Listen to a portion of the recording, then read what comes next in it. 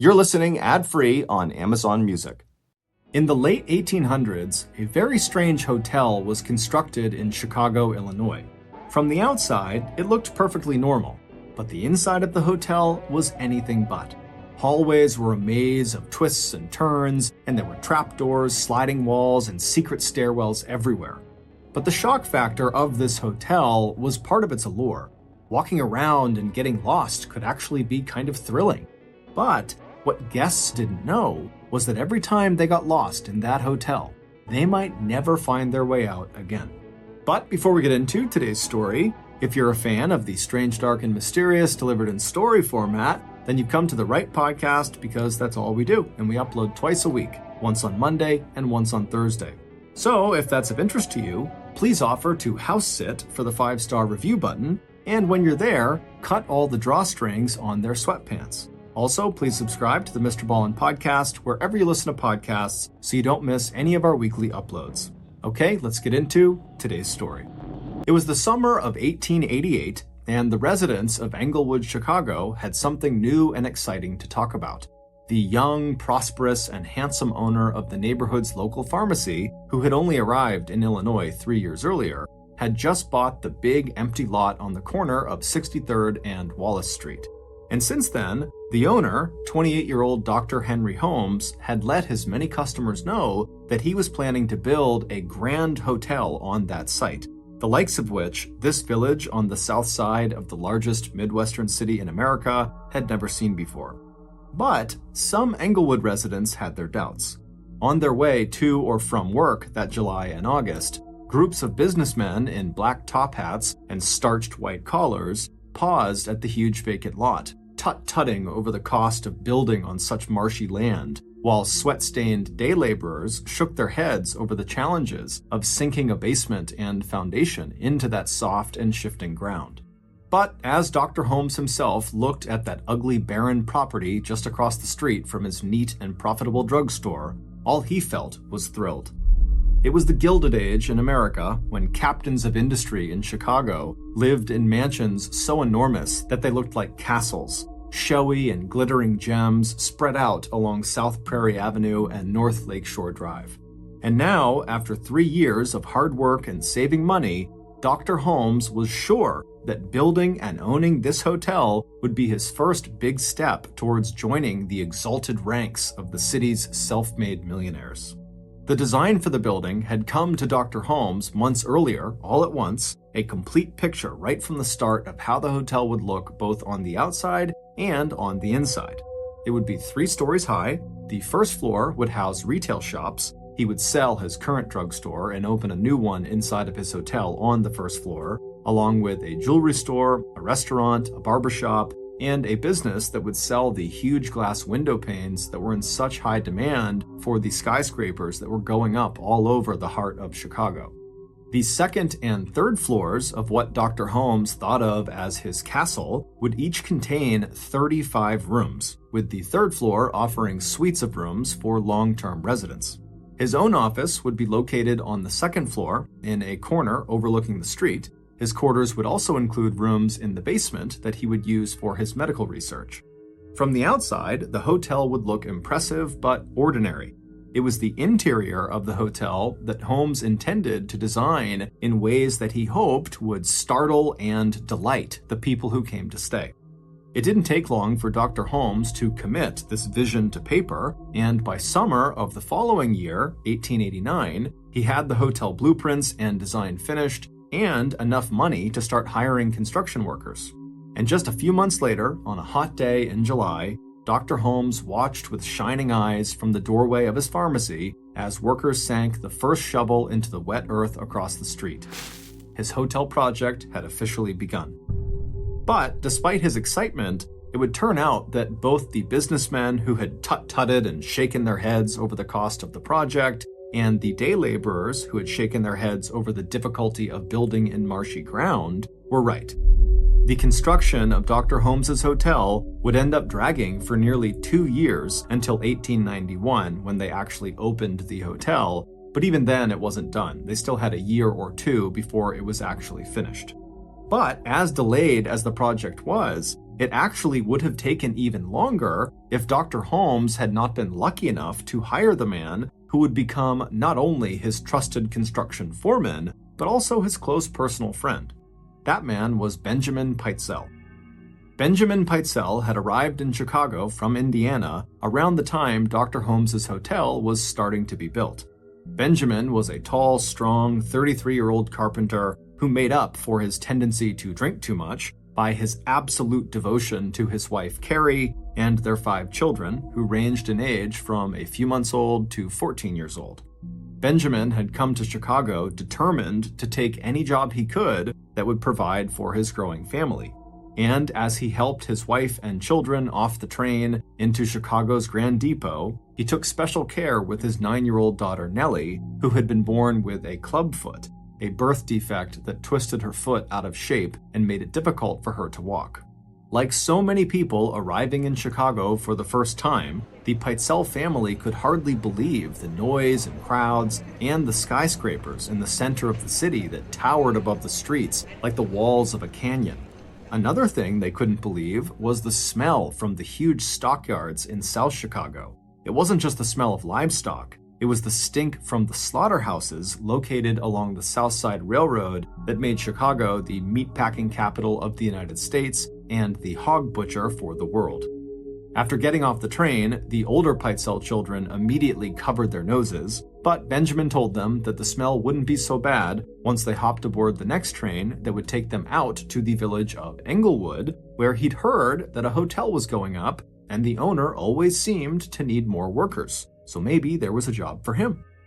It wasn't hard for Benjamin to go to the construction site and locate Dr. Holmes, who was now spending most of his time feeling frustrated by what he saw as the shoddy work done by many of the men he had hired. But few, if any, of the workers that Dr. Holmes had let go and withheld wages from afterwards ever stuck around to complain about it. In fact, a lot of these fired workers actually felt relieved as soon as they were let go, because there was something truly unsettling about the hotel's very unorthodox design. The outside was like any other hotel at the time, but the inside was unlike anything they had ever been asked to build before. The blueprints called for secret staircases, false walls and ceilings, trap doors, and passageways that dead-ended into doors that when you opened them, you were just looking at a wall, not into a room. The blueprints also showed rooms that had no doors or windows and were only accessible via sliding walls or secret passageways. And other rooms on the blueprints appeared normal, but they were actually padded around the outside with a layer of asbestos that made them soundproof. Inside Dr. Holmes's personal office space, workers were ordered to construct a large walk-in vault with a special room built around the outside of it to ensure that the vault could never be removed from the hotel unless the room itself was dismantled first. After one architect was declared incompetent by Dr. Holmes, he proceeded to walk off the site, wondering whether he'd been asked to build a hotel or a carnival-style funhouse.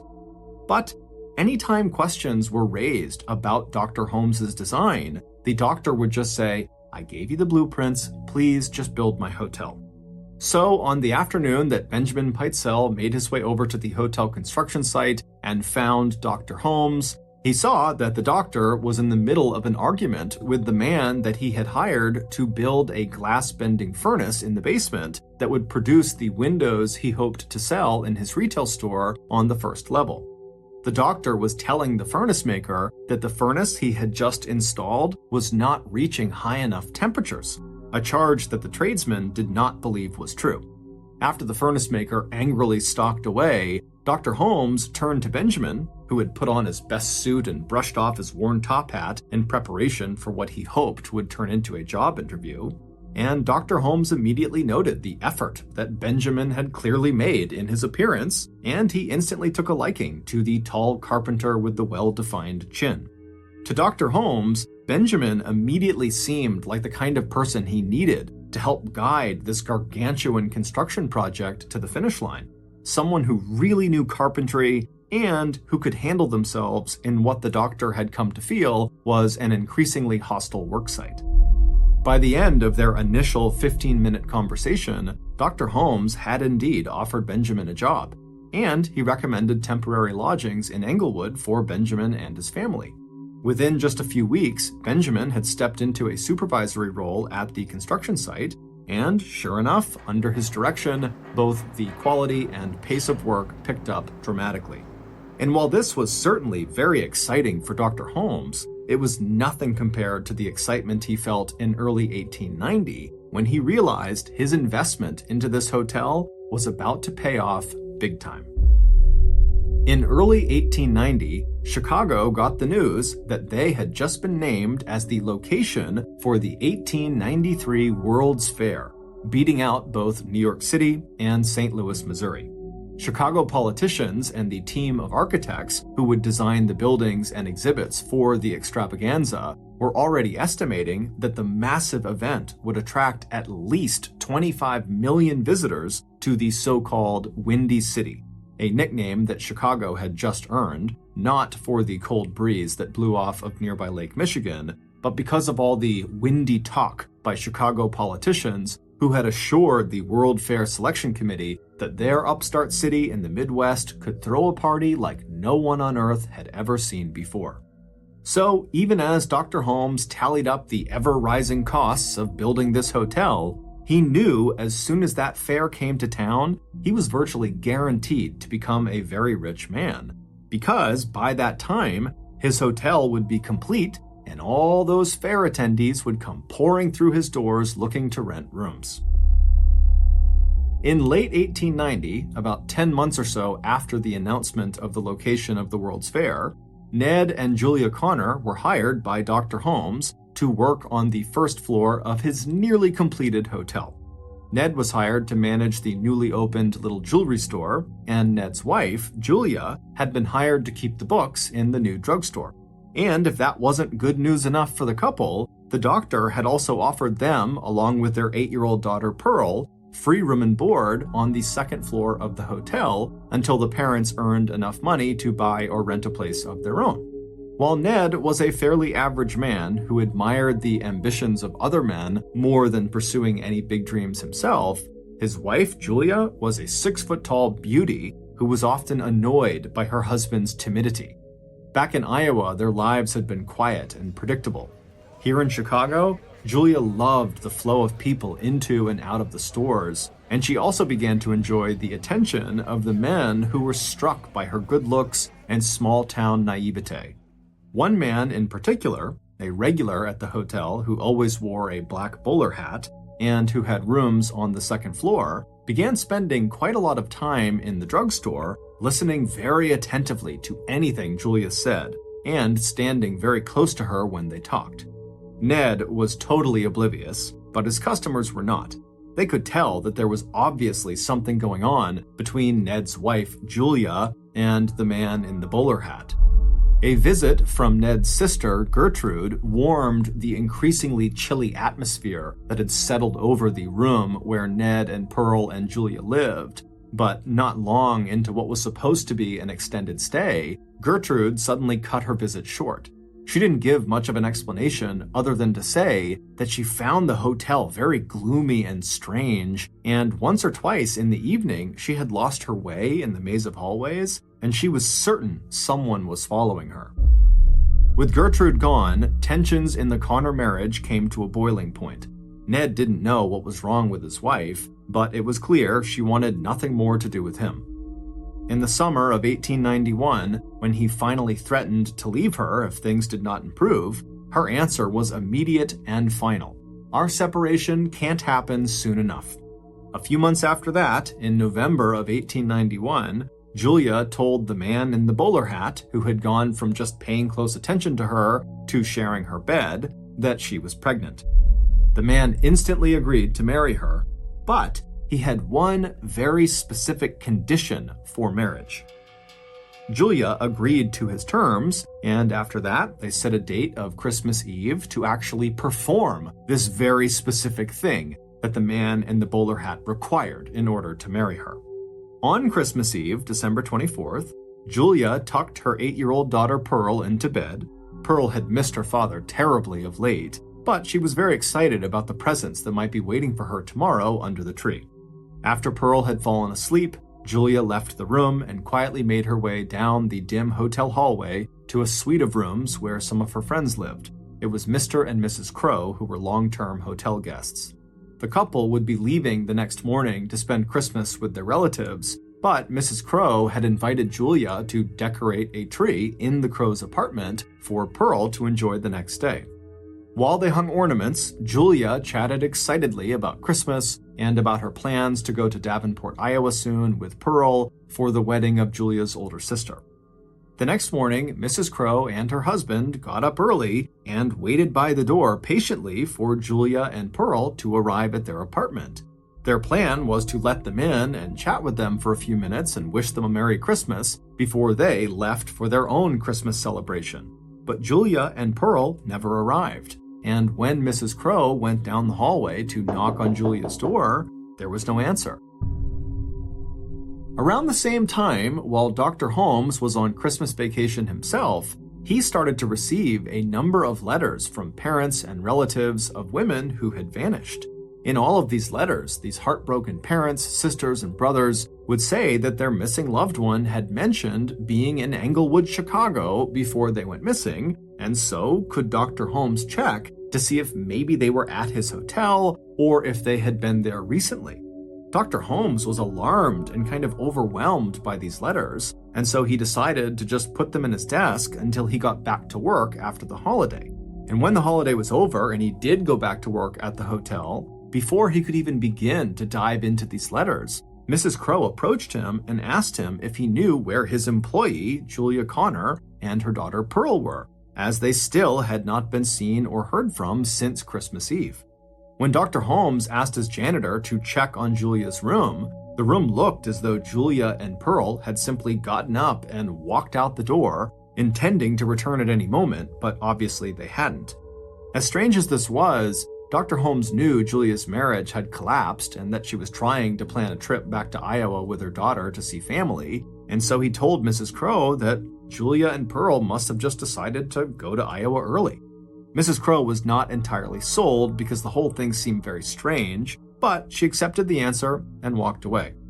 After that, Dr. Holmes would spend some time looking into those letters about the other missing women, and he would send some follow-up responses to the family members and friends who had written him, mostly just saying that yes, some of these women had been at his hotel, but he really didn't know what happened to them after they left.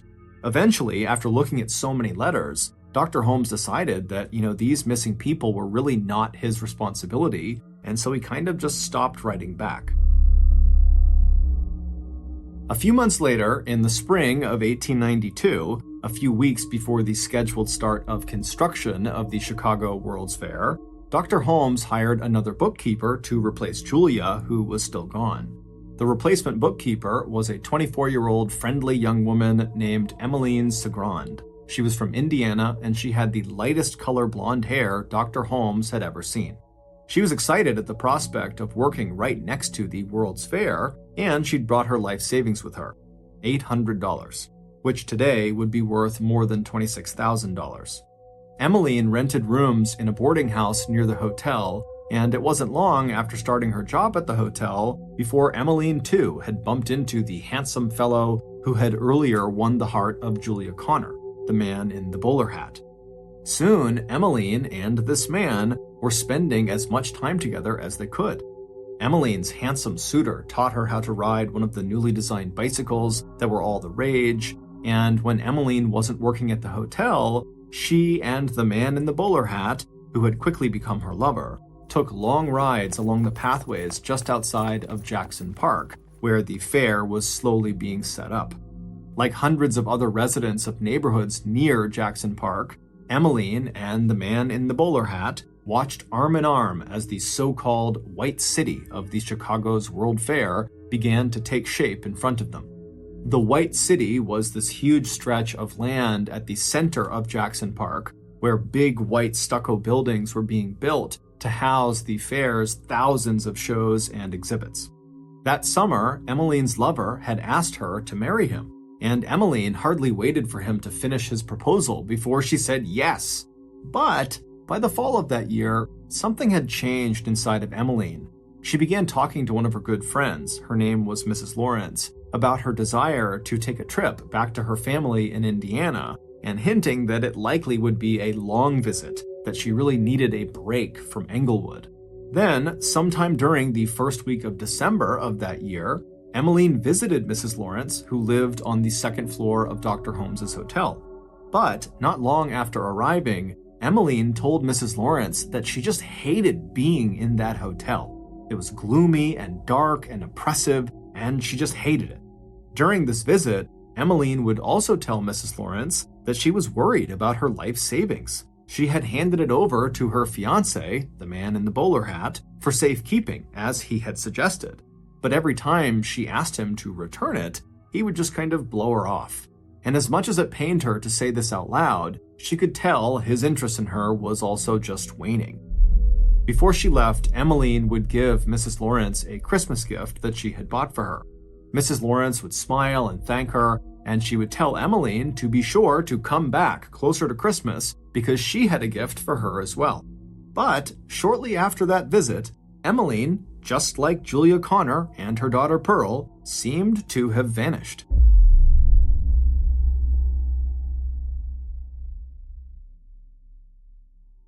When Mrs. Lawrence noticed Emmeline's absence, she went to Dr. Holmes's office to see if he knew where she went.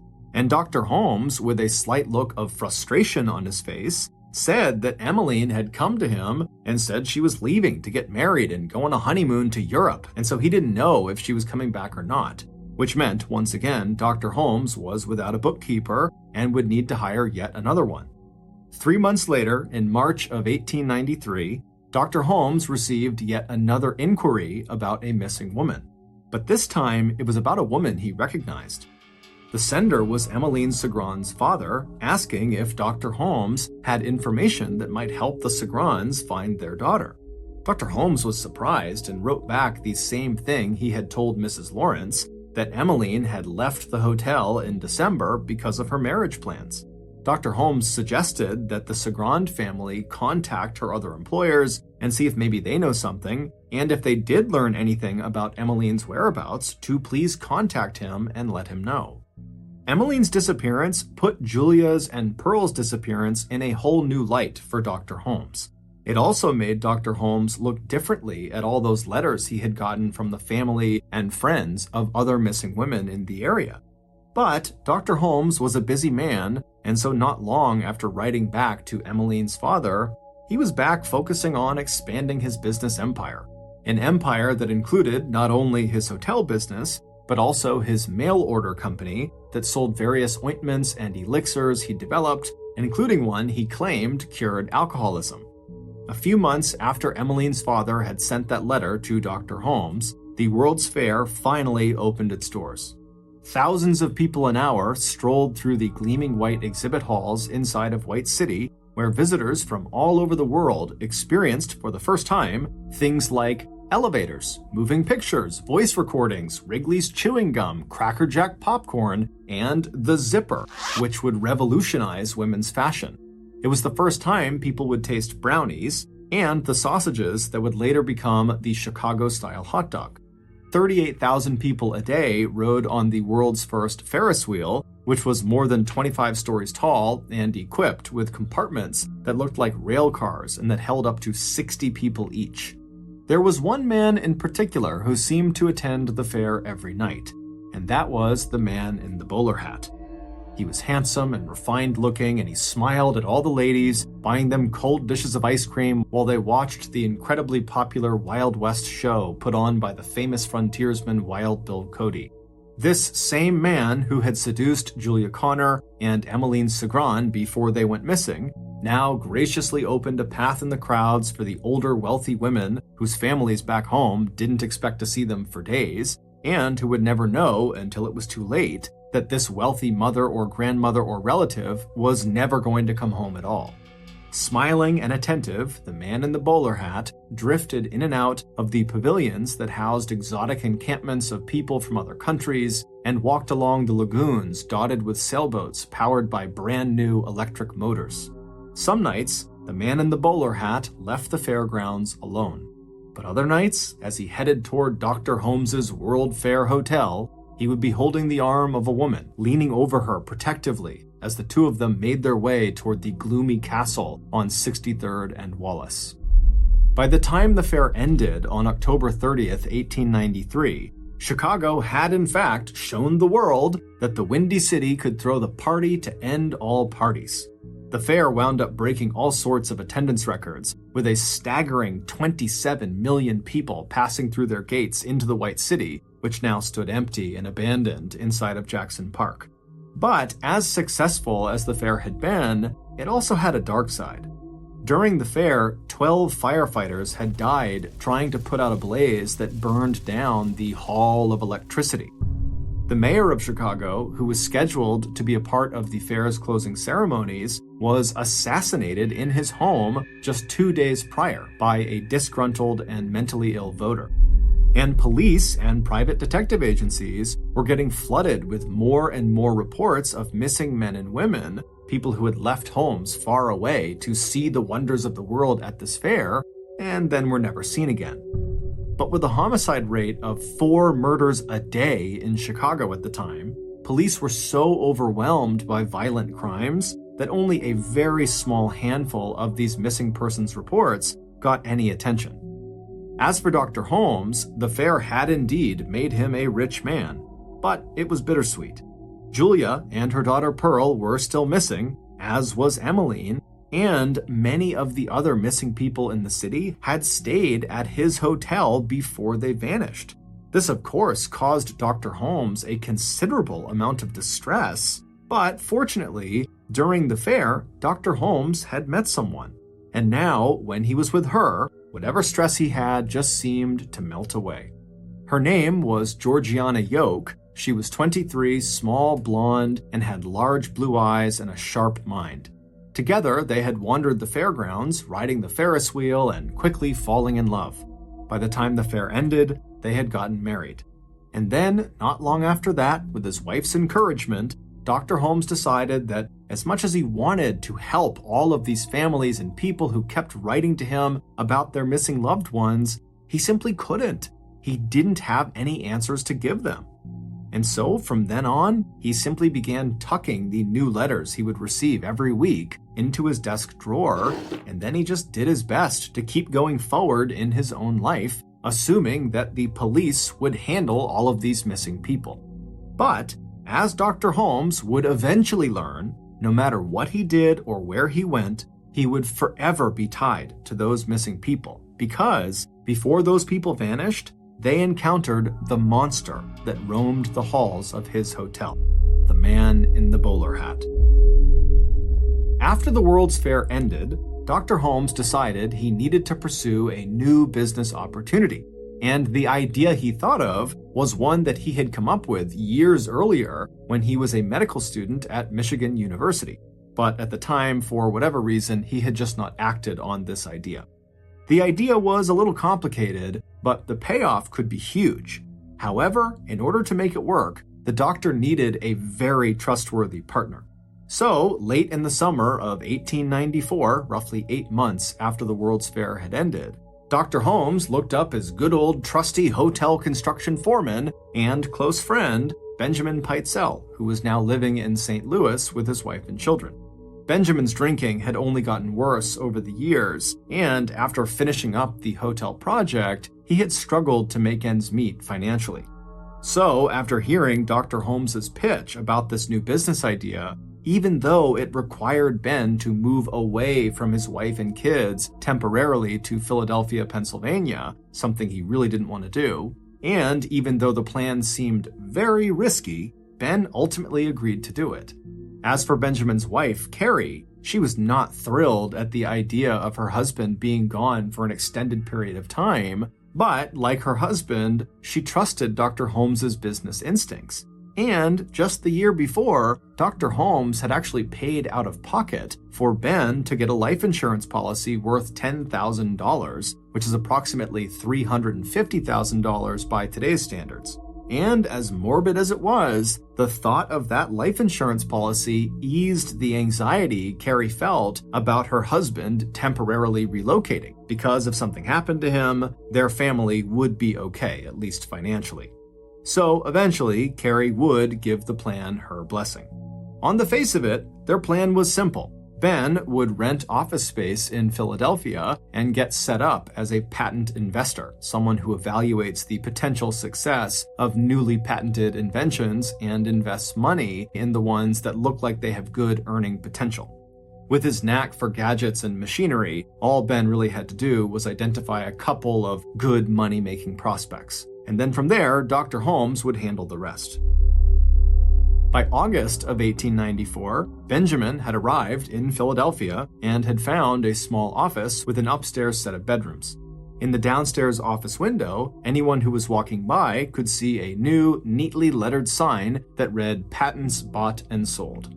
Ben didn't have to wait very long before he had his first customer. It was a young carpenter whose invention for improving the production and quality of handsaws was promising enough that Ben scheduled a second meeting with him for the following week. But when the young man came back the following week to the patent office on Tuesday, September 4th, Benjamin was nowhere to be found. After waiting nearly an hour downstairs, the young man began calling out for Benjamin, but there was no answer. So the young man decided to go investigate. He stood up from the chair he was in and walked around the desk toward the back door of the office that led to a set of creaky stairs.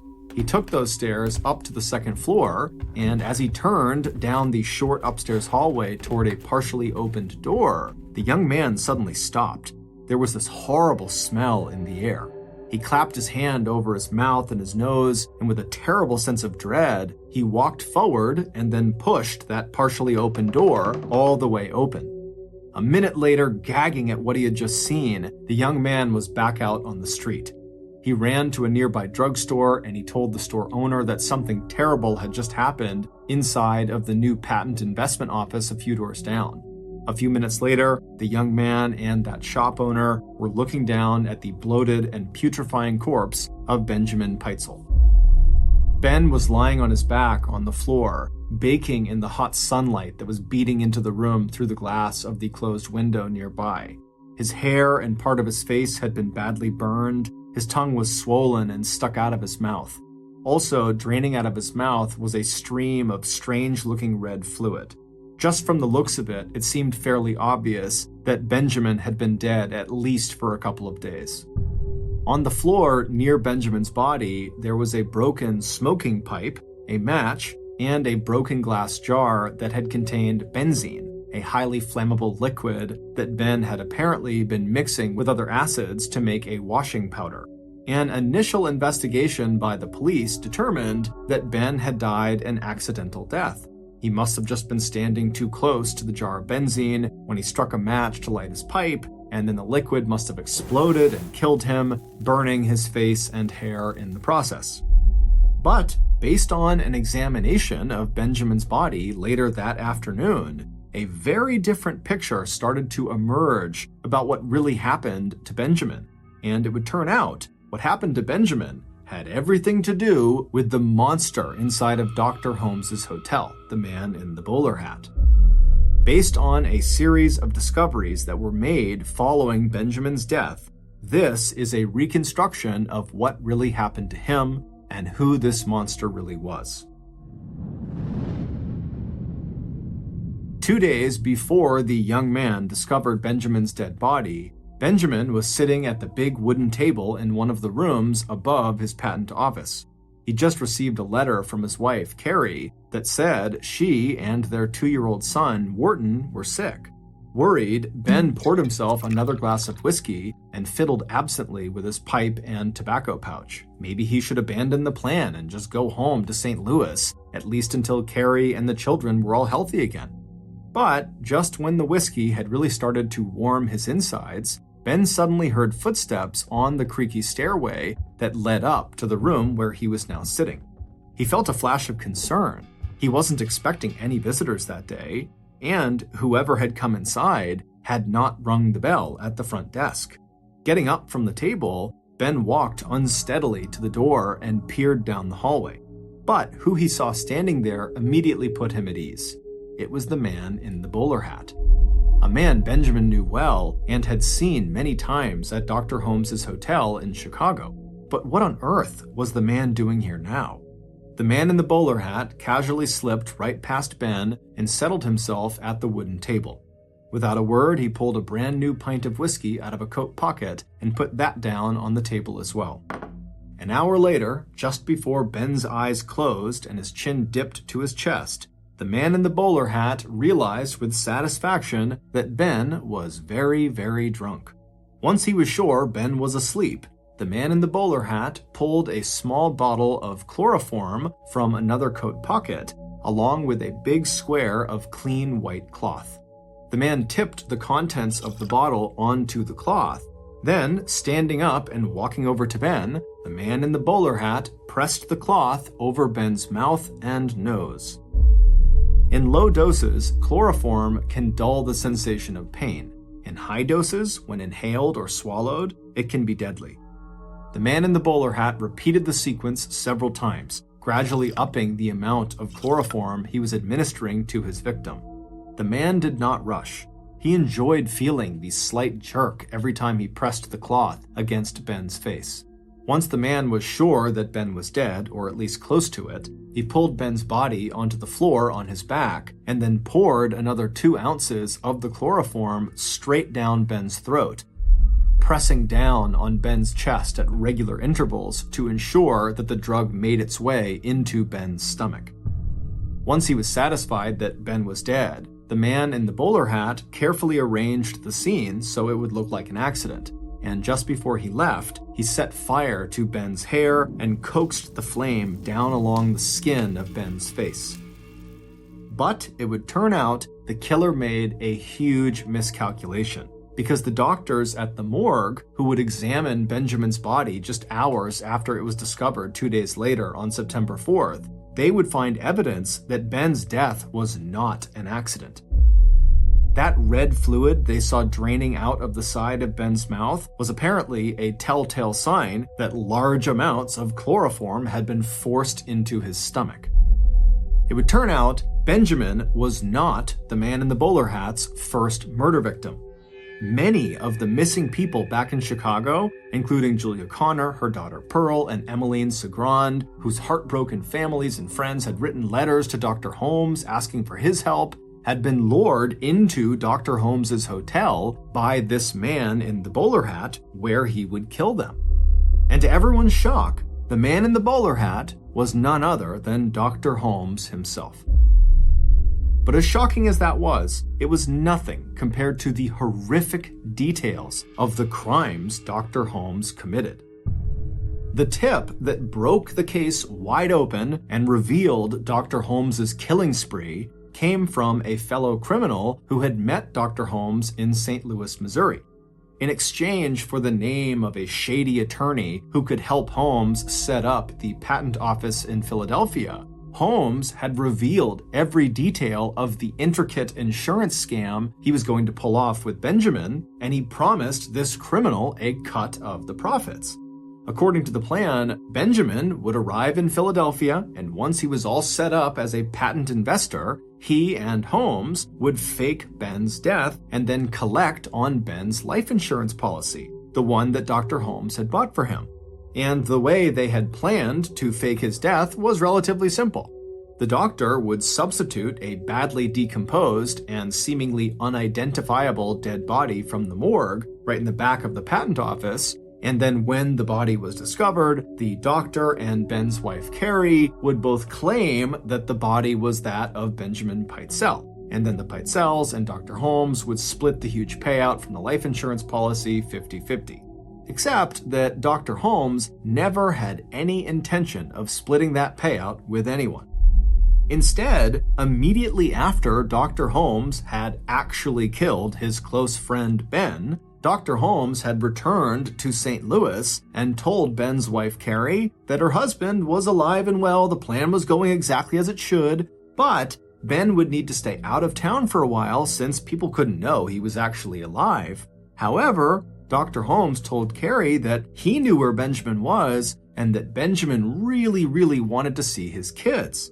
And so Carrie agreed to let her 13-year-old Alice, 11-year-old Nellie, and 8-year-old Howard go with Dr. Holmes to go see their father for a little while.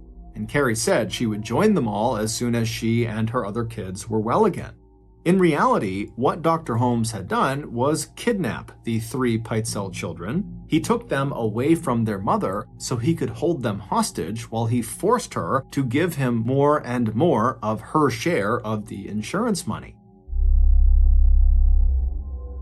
On November 17th, 10 weeks after Benjamin's death, detectives from the famous Pinkerton Private Security and Detective Agency, who had been hired by Philadelphia Fidelity Insurance Company, finally tracked Dr. Holmes down in Boston, Massachusetts. They immediately arrested him, and even though they totally suspected he had killed Benjamin, they didn't have proof, so they could only charge him with fraud, and then they sent him to Philadelphia to stand trial. But it wasn't the fraud charges that would grip the world's attention. It was the fact that 3 of the Pitezel children were still missing, and the last time anyone had seen them, they were with the man suspected of killing their father. And when Dr. Holmes and Ben's wife Carrie both appeared in court in Philadelphia to face these fraud charges, the stricken mother could not have cared less about the money. She had only one question for the police and for Dr. Holmes and for all of America.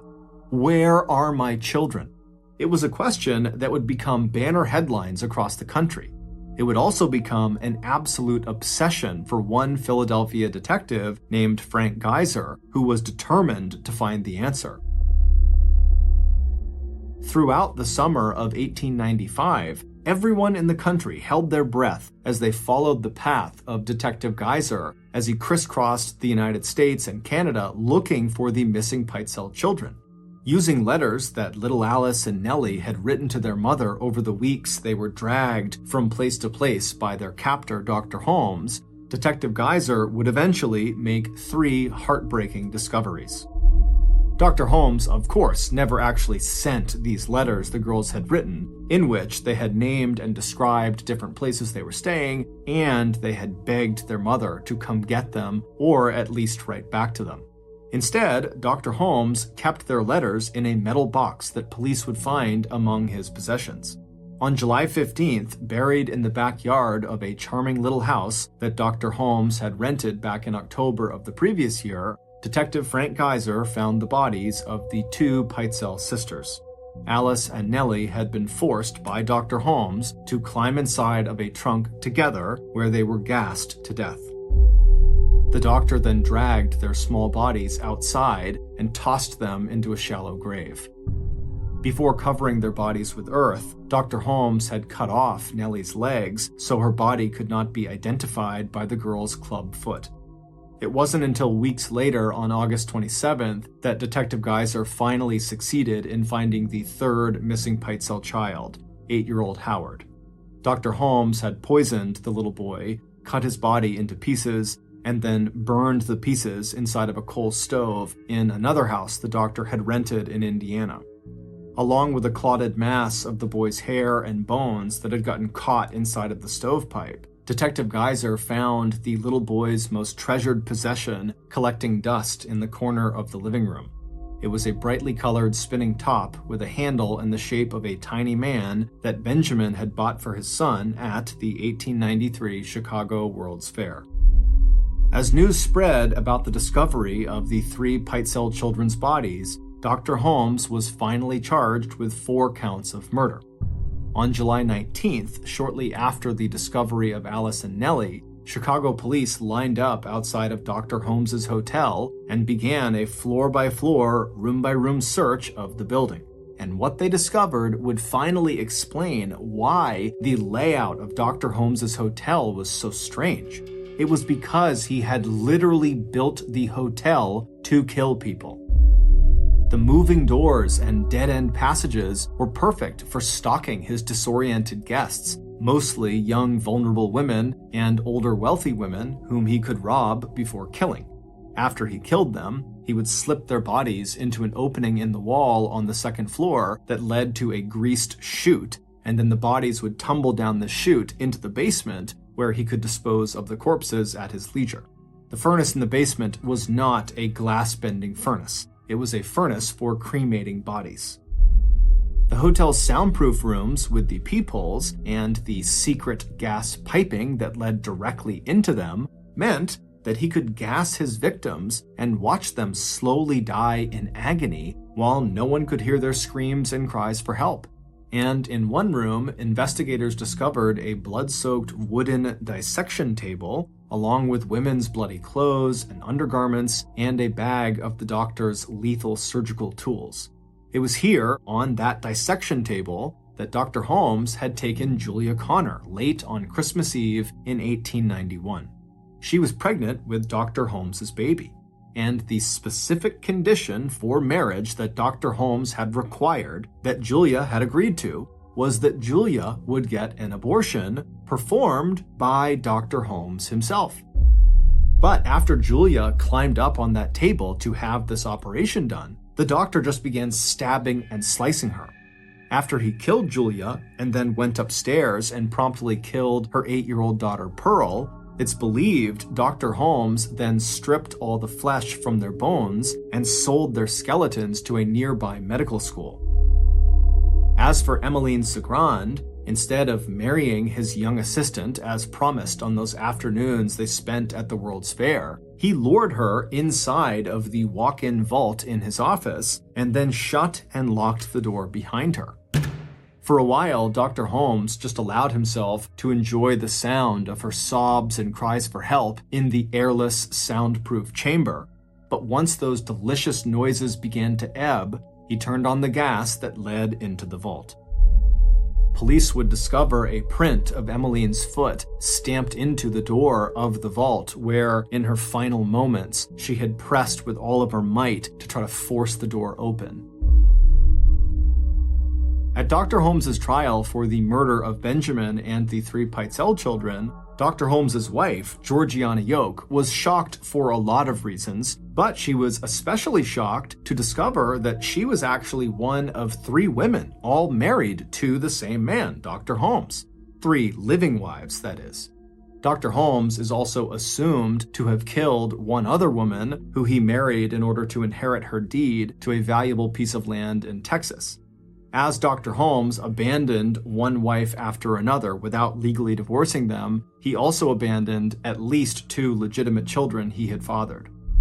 In April of 1896, convicted of murder, locked in prison, and facing the death penalty, Dr. Holmes confessed to having committed at least 27 murders. In his autobiography, Dr. Holmes wrote, quote, "I was born with the devil in me. I could not help the fact that I was a murderer, no more than a poet can help the inspiration to sing." On May 7, 1896, Dr. Holmes stepped up onto the gallows at Moyamensing Prison in Philadelphia. After kneeling down and murmuring a prayer to himself, Dr. Holmes stood, and the guards put a black cloth bag over his head and placed a noose around his neck. At 10:13 a.m., the trapdoor underneath Dr. Holmes's feet suddenly opened, and down he fell. It would take 15 minutes of violent squirming and jerking around before America's first serial killer was finally dead. Austin Harrouff was born on December 21, 1996, to a dentist and a pharmacist. They lived in a beautiful home in Palm Beach County, Florida, which is not only one of the nicest and wealthiest places to live in Florida, but it is one of the nicest and wealthiest places to live in all of America. And that's why, as of 2021, there are 44 billionaires that call this paradise their home. In 2010, when Austin was 13 years old, his parents suddenly got divorced, and within the same calendar year, both of his parents had new girlfriends and boyfriends. Now, of course, this was a shock to Austin and to his 1-year younger sister Haley, but they both relatively quickly adjusted to their new normal. And that was in large part because the kids didn't move out. They stayed in the family home with their mom, and their father, he did move out, but he moved into a home that was very close by. About a year after the divorce, Austin began high school, and immediately he excelled.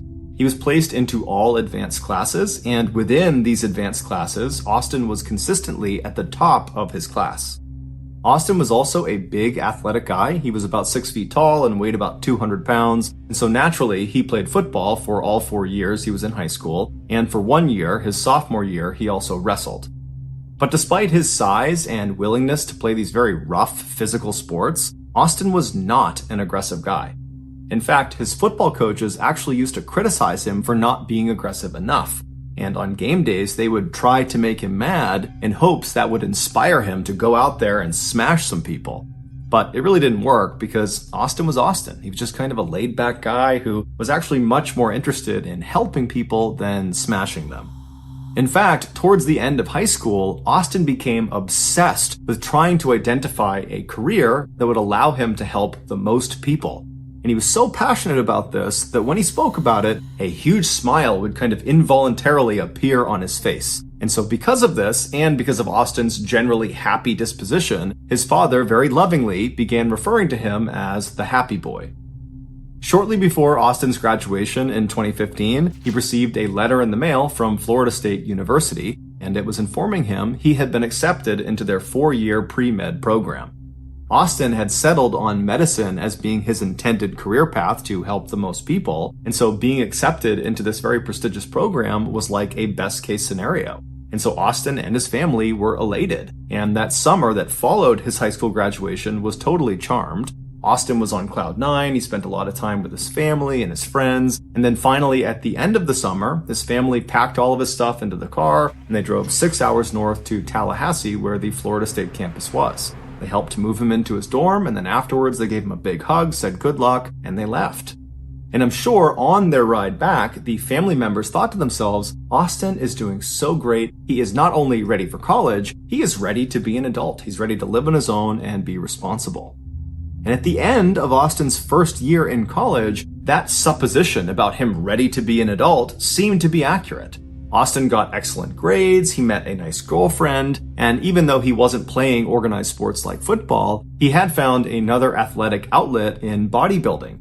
And he had actually built a decent-sized social media presence around bodybuilding and fitness. But underneath all of this public success Austin was having that year, he was actually struggling a lot of the time, he just wasn't telling anyone. In a journal he kept, he documented a deep sense of inadequacy caused primarily from his sense that his peers didn't accept him. And so he would write endlessly about how if he could just stop being so shy and be more assertive and outgoing, that more people would embrace him and would like him and would accept him. Over the course of that year, Austin also started abusing different substances. Those included things like alcohol, marijuana, and Vyvanse. Vyvanse is a drug that is a stimulant, and it's used to treat people with attention deficit disorder. He also experimented with hallucinogenic drugs like acid and mushrooms, and he also tried MDMA, which is kind of like a cross between a stimulant and a hallucinogenic. And those are just the drugs that we are aware he was taking. It's entirely possible he was taking other drugs too. Regardless, Austin began oscillating between the high of whatever drug or combination of drugs he was on to the low of his sober mind, which was totally saturated with anxious and depressive thoughts. Before the end of the school year, Austin was secretly poised for a full-blown mental breakdown, and it seemed like he knew it was coming too. In the last month before the end of school, his internet search history is filled with questions like, I think I'm crazy, what do I do? And how do you know if you're crazy? And how to deal with obsessive thoughts? And do I need to sleep? And what happens if you don't sleep? It was clear he was starting to question his own sanity.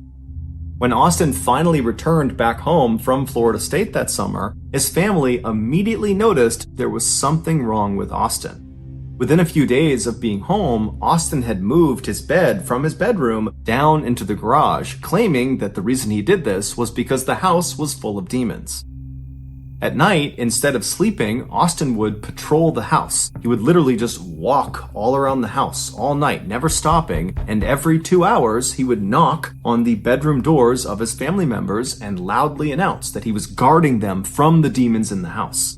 Now, you can imagine how his family felt at the time. This was so unbelievably weird and totally out of character that they just didn't really know what to do. Even though it was obvious there was something wrong, they didn't jump into action. Instead, the only thing they did at first was to just start locking their bedroom doors at night to prevent Austin from coming inside during his nighttime patrols. But as the summer progressed and Austin continued to act totally weird with no explanation, his family began to become convinced that he must be on drugs, that is what would explain all of this totally strange behavior. And so when they confronted him about his drug use, he would admit that he was taking drugs, lots of different drugs, psychedelics, stimulants, you name it, he's taking all these drugs. And so naturally, his family latched on to his drug use as being the root cause of his very strange behavior. And so they focused their efforts almost exclusively on getting Austin clean again. But towards the end of the summer, Austin said he wasn't taking any drugs, but Austin was still acting totally crazy and unhinged. And so around mid-August, the family decided they had to utilize something called the Baker Act. Under the Baker Act, individuals in Florida who are suspected of severe mental illness can be detained for up to 72 hours at the behest of their loved ones. And during these 72 hours, this individual is thoroughly assessed to see what's going on with them. And then at the end of those 72 hours, they are given a treatment plan that their family is supposed to help them enact. But before the family could utilize the Baker Act, something horrific happened.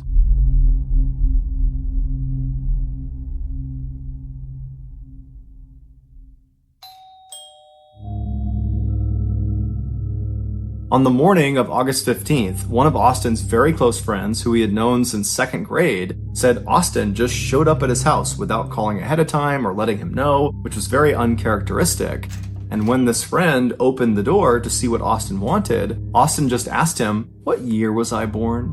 And so the friend says, 1996? And as soon as Austin heard this, he didn't give a reaction to it. He just turned around and he left. And so this longtime friend is looking at Austin walking away, wondering, what's going on with this guy? Is he high on drugs? Is he drunk? What was that? So the friend goes back inside his house and he's thinking to himself, what should I do? And so after a couple of minutes, he decides, I gotta call Austin and make sure he's okay. So he calls Austin picks up, and it's unclear what they talked about on the phone, but the friend convinced Austin to come back to his house and to just spend the day with him. But really, the friend just wanted to make sure Austin was okay. And so Austin comes back to the friend's house, and then the two of them actually would leave the house and meet up with some of their other friends that were in town that summer, as well as meet up with Austin's sister. And so the group, they decide they're going to go to the beach for the day. And on their walk to the beach, Austin tells the group that he just needs to get something at his house and that he will meet them down at the water.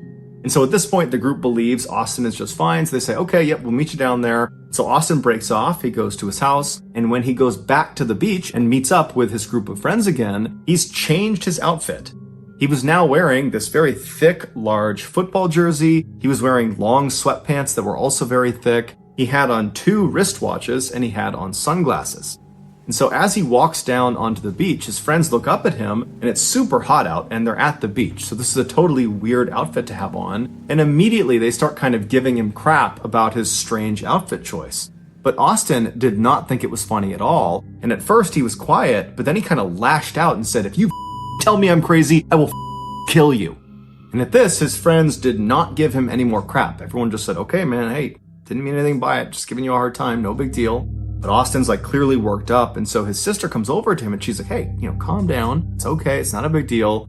And during this conversation, Austin suddenly goes back to being normal again, and he turns to his sister and he says, "I'm actually half horse, and I'm immortal." And his sister's like, "What? You really need to get professional help. You need to see a therapist or a psychologist or something. Something is wrong with you, and it's been wrong all summer. You need to get help."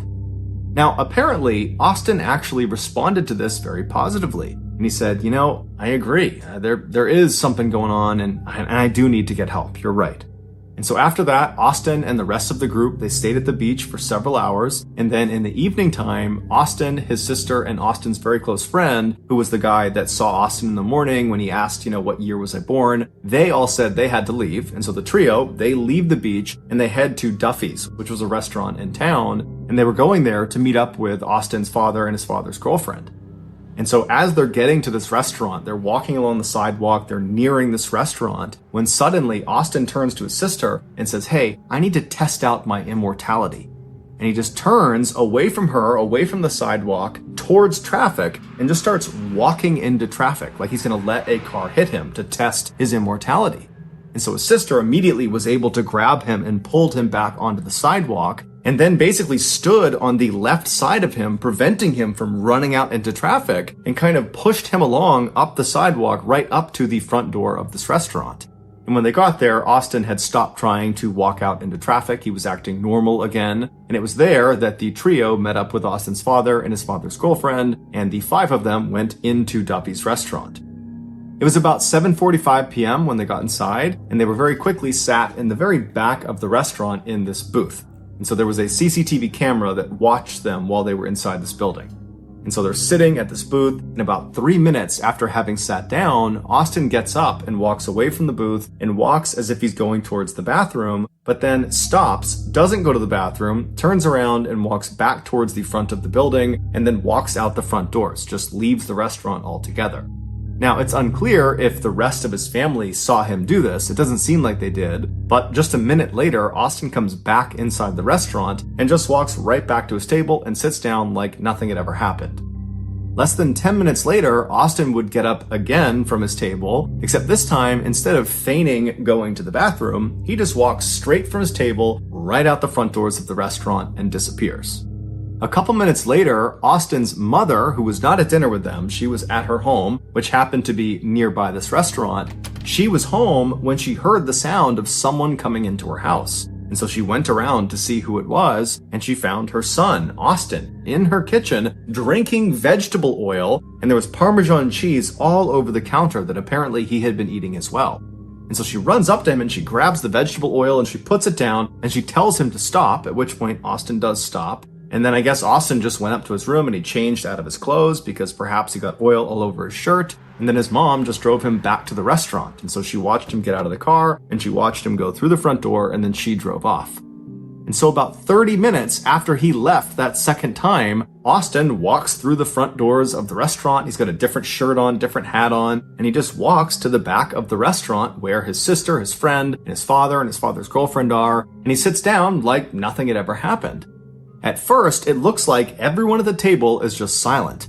But then Austin's father very clearly said something to Austin, and it seems kind of hostile. And it would turn out Austin's father, who loved his son, was just totally at a loss for what to do with him. And he said to Austin when he sat back down, "What is wrong with you?"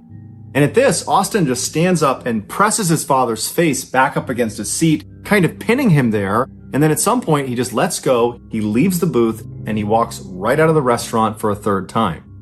Austin's friend, who was eating with them, he got up and kind of chased after Austin, but he was about 30 seconds behind him, and so by the time he got outside, he didn't know where Austin went, and so he quickly came back in the restaurant. He told the rest of the group he didn't know where Austin was, and so at this point, Austin's father's girlfriend would actually call the police and report Austin missing. They knew he was totally unhinged and they didn't know where he was going to go, if he was a threat to himself or someone else, and so they figured they should just tell the police and have the police go find him.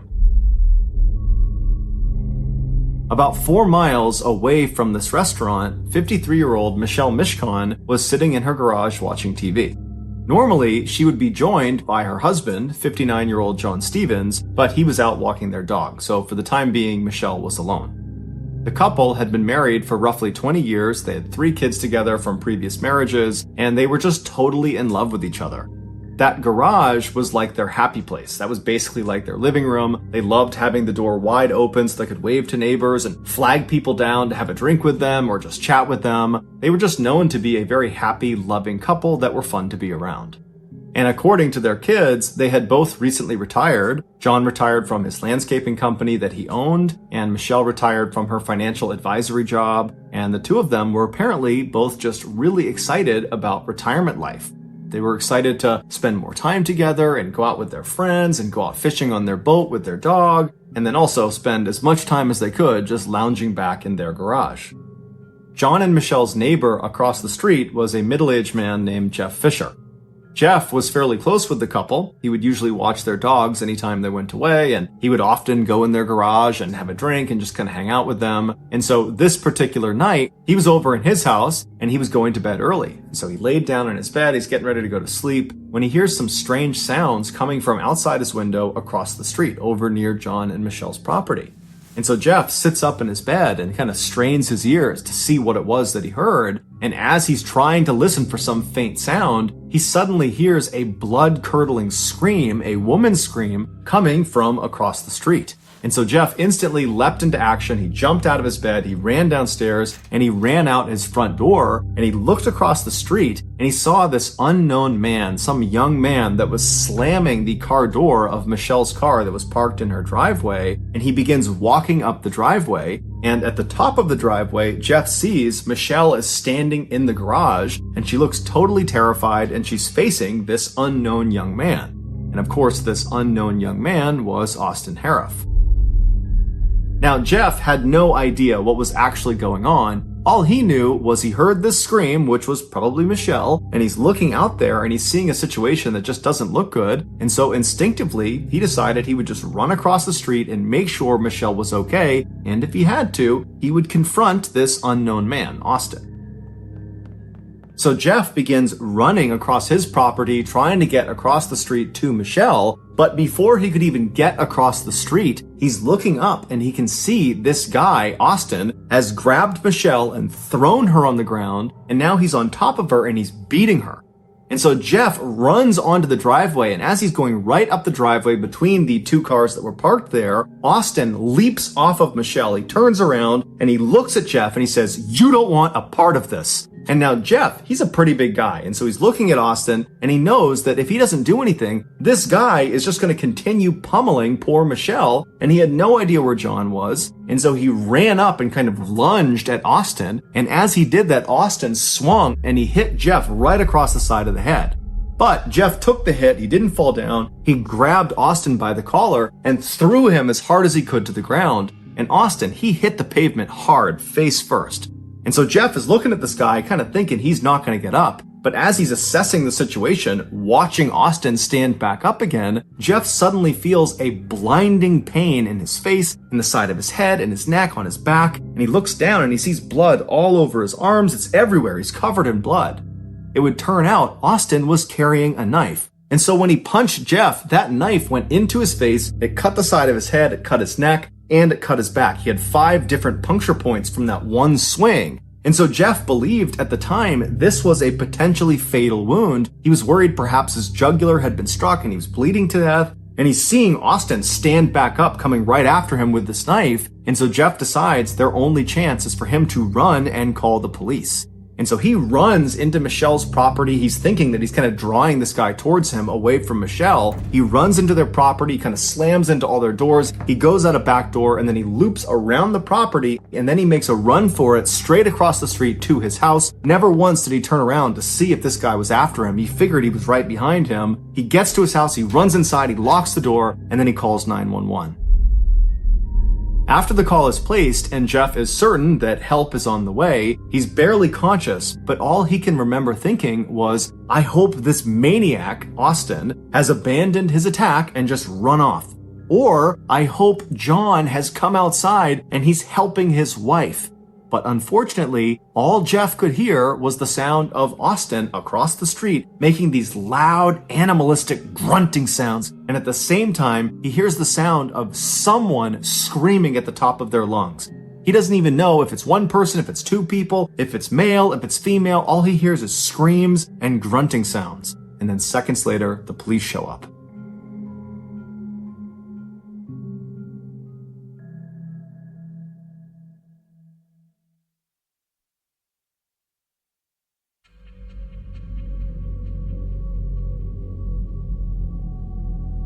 The following narrative is the account of the second responding officer, who we'll just call Dan, and the first responding officer we'll just call Kristen.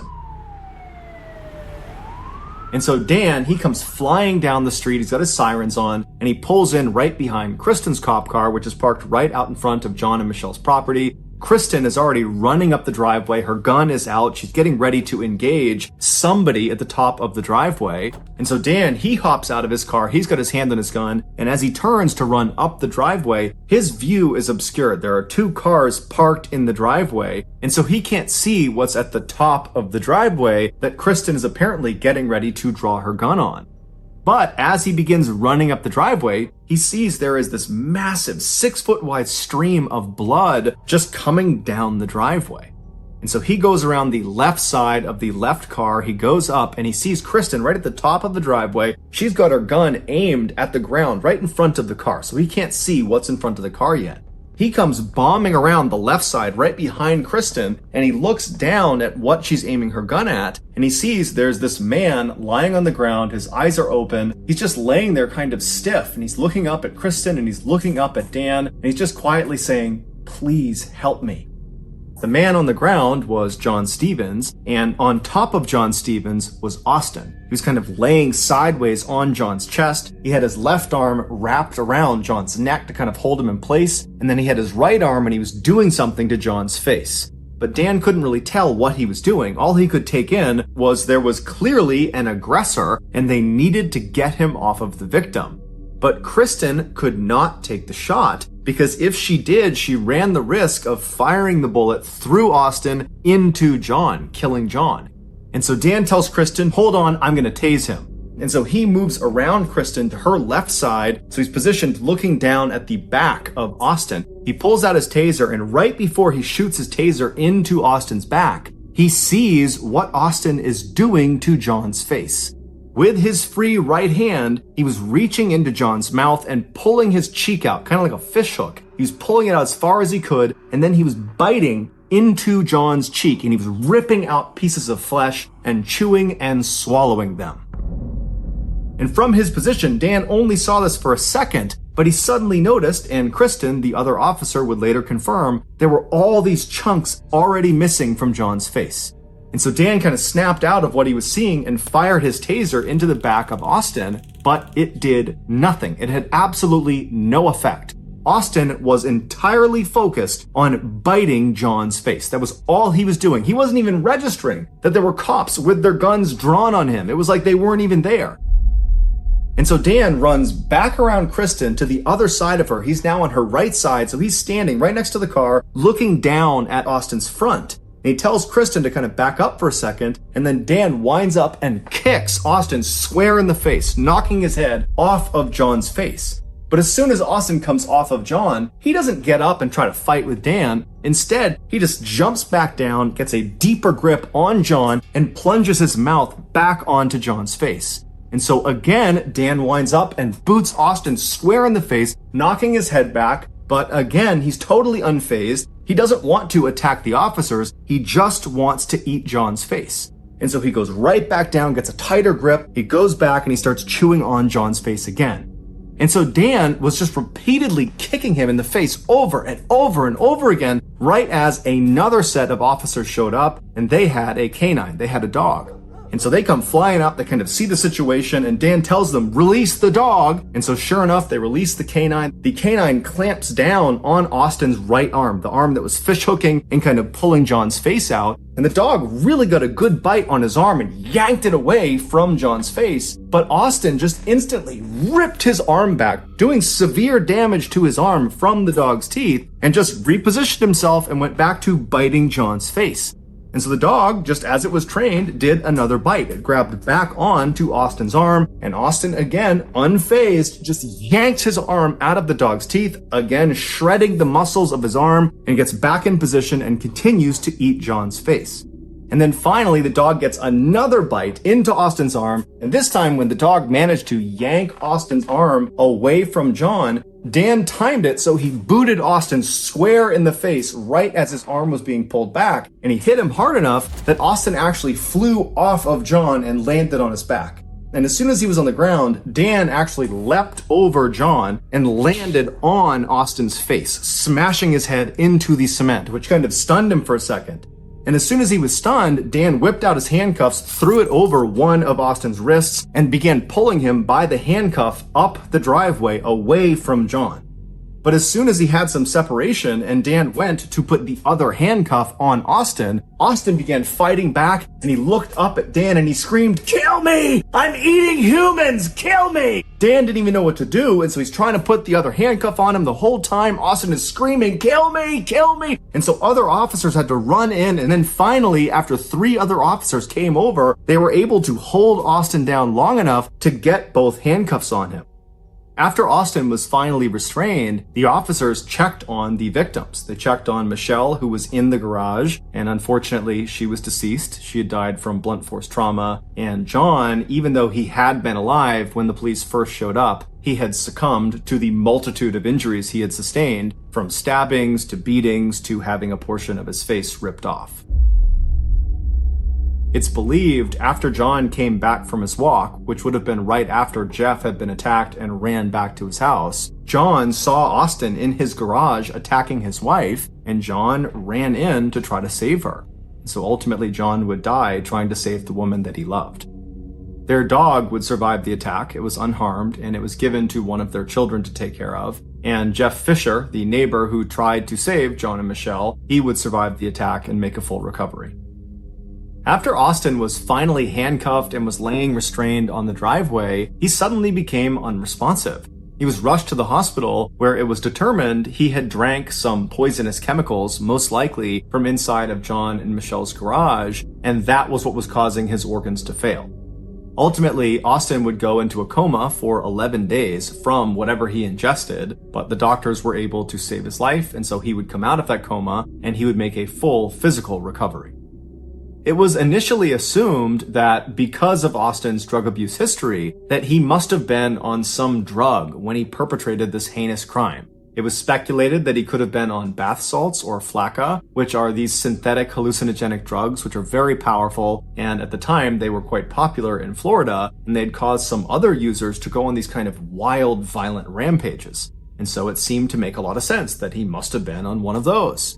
But when Austin's toxicology report finally came back, it showed he only had a very small amount of THC in his system, which is the drug found in marijuana, and then the other drugs that were in his system were all induced by the doctors and nurses at the hospital, which meant at the time of this attack, Austin was effectively sober. When the police asked Austin, "Why did you do this?" he initially said, "I don't remember, I don't know," but eventually he would open up and he would tell this story that no sane person could possibly understand.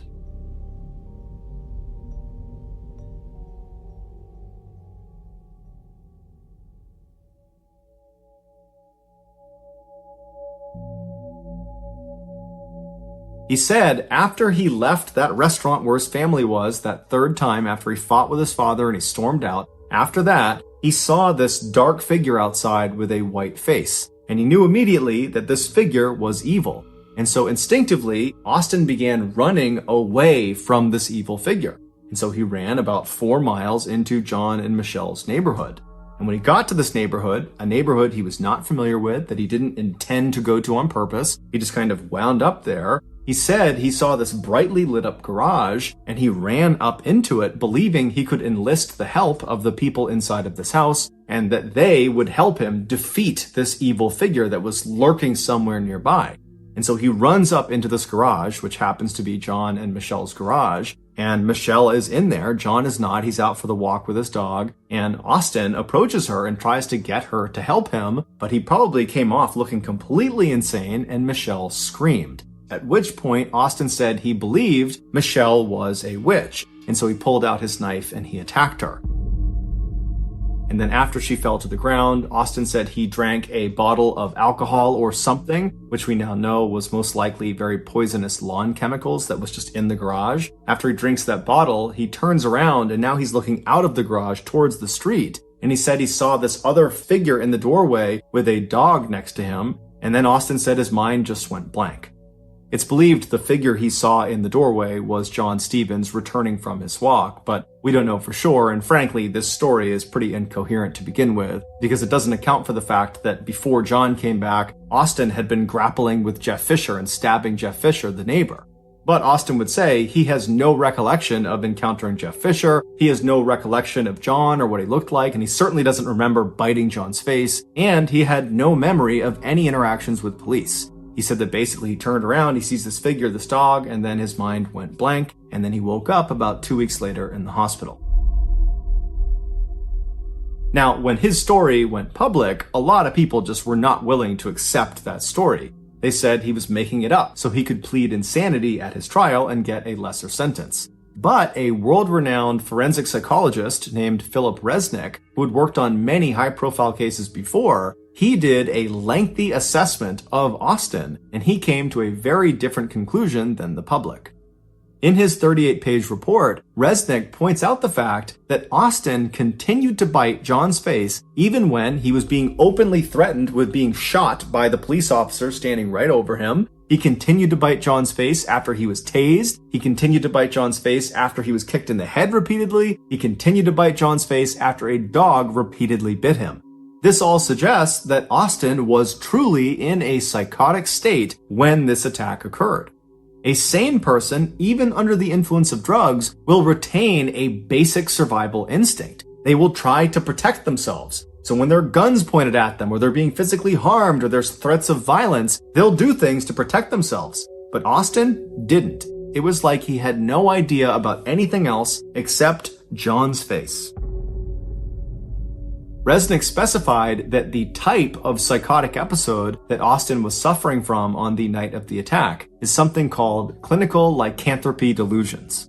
Clinical lycanthropy is a very rare occurrence where an individual believes they are no longer human, and almost always what they believe they are is something akin to a werewolf.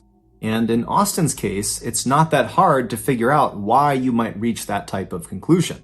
He had told his sister that he believed he was half horse, and then on a couple other occasions he had told his other friends that he believed he was half dog. And then of course, on the night of the attack, after he killed Michelle, he pounced literally on John and began eating his face while making those loud animalistic grunting sounds. This is behavior that is certainly on par with what you would expect a werewolf to do in a movie. But this was not a movie, this was real life.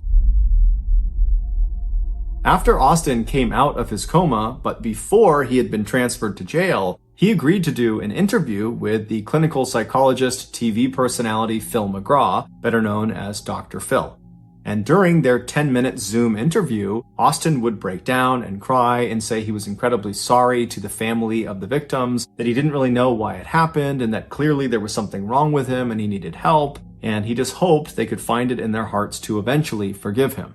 But it's unlikely the family of the victims are going to forgive him anytime soon, especially when you consider they came out in an interview and said, "I hope Austin makes a full recovery from his coma, that he has no brain damage, that he is totally A-okay, so he can be fully aware and lucid when they read him his sentence," a sentence they hoped would be the death penalty. As of 2022, a judge has found Austin Harrouff not guilty by reason of insanity.